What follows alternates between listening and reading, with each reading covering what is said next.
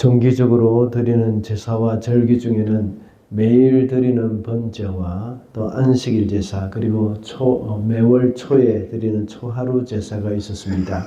그리고 절기로는 6월절과 함께 무교절이 있었고 77절이 있고 또 나팔절과 속죄일이 있습니다. 그리고 어제는 마지막으로 초막절에 대해서 살펴보았습니다. 이러한 정기적인 제사와 절기를 통하여서 우리는 몇 가지 교훈을 배웠죠. 절기를 지킬 때는 공동체로 모여야 하고 또 하나님께 집중해야 한다고 했습니다. 그리고 절기를 지킬 때는 하나님의 방법으로 지켜야 한다고 했습니다. 오늘 본문에서는 서원에 관한 말씀이 기록이 되어 있습니다. 하나님께 서원한 것은 반드시 지켜야 합니다. 그러나 여자의 서원이 있어서는 그 가정의 가장이라고 할 수 있는 남편이나 아버지에게 큰 영향을 받습니다.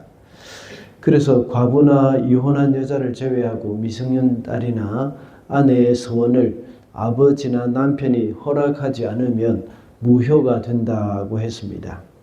그러나 그것이 무효가 될 수 있는 조건은 서원의 말을 들은 즉시 그것을 취소해야 할 경우입니다.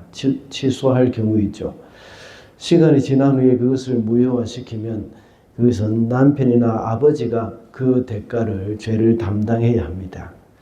이 말씀은 소원의 문제와 관련된 문제이긴 하지만 하나님이 각 가정에게 허락하신 권위와 질서의 문제이기도 합니다. 그래서 이 권위와 질서에 대해서 오늘 좀 살펴보도록 하겠습니다. 먼저 권위와 질서의 문제에 있어서는 각자의 위치를 지켜야 합니다. 권위와 질서를 위해서는 우리가 각자의 위치를 지켜야 한다는 것이죠. 5절과 8절 말씀입니다. 그러나 딸이 스스로 자제하기로 한 모든 서약과 서원을 아버지가 듣고서 그 날로 말렸으면 그것은 성립되지 않는다. 아버지가 딸의 서원을 말렸기 때문에 낳아주는 그 딸에게 책임을 묻지 않는다. 8절입니다. 그러나 그의 남편이 그것을 들은 날로 그 아내를 말렸으면 그의 아내가 스스로 한 서원과 자신을 자제하기로 입술로 경솔하게 선언한 것은 무효가 된다. 낳아주는 그 여자에게 책임을 묻지 않는다.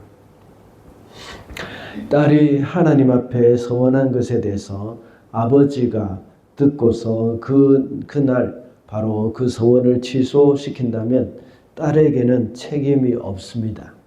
그와 같이 아내가 서원을 했을 경우도 마찬가지입니다. 아내의 서원을 듣고 남편이 그것을 취소시킬 경우에는 아내도 역시 그 서원을 이루지 않아도 책임이 없습니다. 그렇게 어떻게 보면 아버지나 남편이 하나님보다 더 권위가 있는 것처럼 느낄 수도 있습니다. 그러나 이 말씀은 하나님께서 가정에서 아버지와 남편에게 권위를 주셨기 때문이죠. 그것은 가정의 질서를 위한 것입니다. 하나님은 가정의 권위자로서 남편과 아버지를 세우셨습니다. 그래서 하나님의 대리자로 그 가정을 다스리게 하신 것이죠.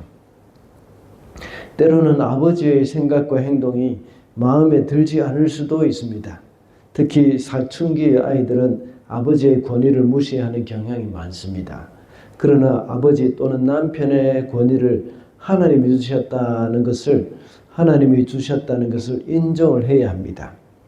그래서 하나님의 권위에 복종하는 마음으로 남편이나 아버지에게 복종을 할 때 하나님은 그 권위를 통해서 가정의 질서를 잡아가고 그 가정에 복을 주시는 겁니다.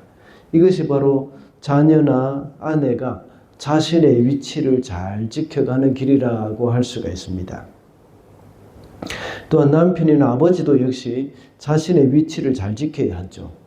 가장이라고 해서 그 권위를 가지고 무조건 자신의 마음대로 하려고 해서는 안 됩니다.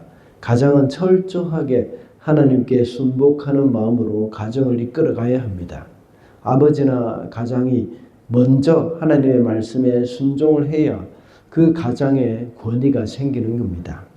가장은 하나님의 대리자라고 했습니다.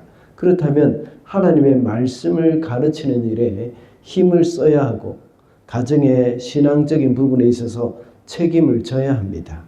이것이 바로 또한 가장의 자리에 앉아서 그 자리를 지키는 일이라고 할 수 있습니다. 둘째로 권위자는 가족 공동체의 육적인 문제뿐만 아니라 영적인 문제까지도 책임을 져야 합니다. 13절과 15절입니다. 그의 남편은 그의 아내가 한 어떤 소원이나 자신을 부인하고 자제하기로 한 어떤 서약의 맹세라도 성립시키거나 파기할 수 있다. 그러나 남편이 그가 들은 날로부터 얼마 지나서 그것들을 파기한다면 아내의 죄는 남편이 떠맡게 된다. 가장이 그 가정에서 영적인 권위를 가지기 위해서는 가장이 먼저 하나님의 말씀에 정통을 해야 하고 또 그 말씀에 순종하는 삶을 살아야 합니다. 그렇게 할 때 가족 구성원들의 영적인 문제나 이 도덕적인 문제를 책임을 질 수가 있는 것이죠. 그리고 더욱더 그렇게 할 때에 권위가 많이 생깁니다. 가장이 하나님 앞에 바로 설 수 있을 때에 가족의 소원을 분별할 수도 있는 것이죠. 그리고 가족들의 모든 영적인 문제와 도덕적인 문제를 지도할 수 있고 책임도 질 수가 있습니다. 이 세상의 가장들은 가정의 육적인 일이나 생계의 책임을 지는 일에는 아주 민감하고 굉장한 책임감을 가지고 있습니다. 그래서 밤이 맞도록 일을 하는 사람도 있습니다. 그런데 자녀들의 신앙적인 일에는 전혀 관심이 없는 사람들이 참 많습니다. 그러나 가장이라고 한다면 오히려 영적인 일에 더욱더 책임있게 행동을 해야 합니다. 저는 가정에서 자녀들에게 성경을 암송시키고 또 성경을 읽어야 밥을 준다는 그런 사람들의 말을 들을 때마다 정말 참 잘하고 있구나 하는 생각이 들기도 합니다. 물론 너무 강압적으로 하면 안 되지만 그들에게 올바른 신앙의 길을 가르쳐주고 있다는 생각이 많이 들기도 합니다. 그리고 육의 양식보다는 영의 양식을 더 소중히 여기고 있다는 것을 보여주는 것이라는 것입니다. 그러므로 권위자는 육적인 부분뿐만 아니라 영적인 부분에 있어서도 역시 책임을 져야 한다는 것을 기억해야 합니다. 유대인들은 이 모든 부분에 있어서 교육을 대부분 다 아버지가 다 시켰습니다. 아버지가 자녀에게 성경을 교육시키기도 하고 또 성경을 암송시키는 이 부분도 역시 아버지들이 대부분 다 책임을 졌습니다. 그런데 오늘날 많은 가정에서는 대부분 다 어머니가 책임을 많이 지죠. 아버지는 다 이제 바깥의 일을 맡기도 하고 또 육적인 일을 많이 책임을 집니다. 그러나 그것이 그렇지 않습니다. 권위자는 반드시 육적인 부분과 함께 영적인 부분도 가정에서 그것을 책임 있게 감당해 나가야 한다는 것입니다. 마지막으로 권위자는 특권과 함께 책임이 크다는 것을 알아야 합니다. 15절 말씀입니다. 그러나 만일 남편이 그가 들은 날로부터 얼마 지나서 그것들을 파기한다면 아내의 죄는 남편이 떠맡게 된다. 여기서는 남편이 아내가 한 서원에 대해서 즉시로 취소하지 않고 얼마 후에 그것을 취소할 경우에는 어떻게 되느냐 하는 거기에 대한 말씀이죠. 그렇게 한다면 그 소원을 어긴 것에 대한 책임은 남편이 져야 한다는 것입니다. 남편은 아내의 소원을 이행하게 할 수도 있고 취소할 수도 있습니다. 이것은 큰 특권입니다. 그러나 그 특권과 함께 책임도 크다는 것을 우리는 기억을 해야 합니다. 이런 특권과 책임은 권위자라면 누구에게나 다 있습니다. 하나님이 세우신 권위자는 그만큼 책임도 크다는 사실을 우리는 잊어서는 안 되겠습니다. 그래서 주님이 누가복음 12장 48절에는 이렇게 말씀하셨죠. 많이 받은 사람에게는 많은 것을 요구하고 많이 맡긴 사람에게는 많은 것을 요구한다. 이 권위자에게 주어진 특권을 가리키는 말씀이기도 합니다. 하나님께서 많이 받은 사람에게 많은 것을 요구하고 또 많이 맡긴 사람에게 또 역시 많은 것을 요구하십니다. 권위자에게 주어진 특권, 이것을 우리가 잘못 사용하게 된다면 자신의 유익을 위해서 사용할 수도 있습니다. 하나님께서 특권이라는 권위자에게 이 좋은 것을 주셨지만 이것을 잘못 사용할 경우에는 여기에 대한 책임도 하나님께서는 물으신다는 겁니다. 아내의 소원을 취소할 수도 있고 또 그것을 이행하게 할 수도 있지만 자신의 이익과 연관시켜서 공의롭지 못한다면 하나님은 그 사람에게 책임을 물으실 것입니다. 그리고 형벌도 크다는 사실을 기억을 해야 합니다. 그러므로 권위자는 항상 두렵고 떨림으로 행해야 합니다.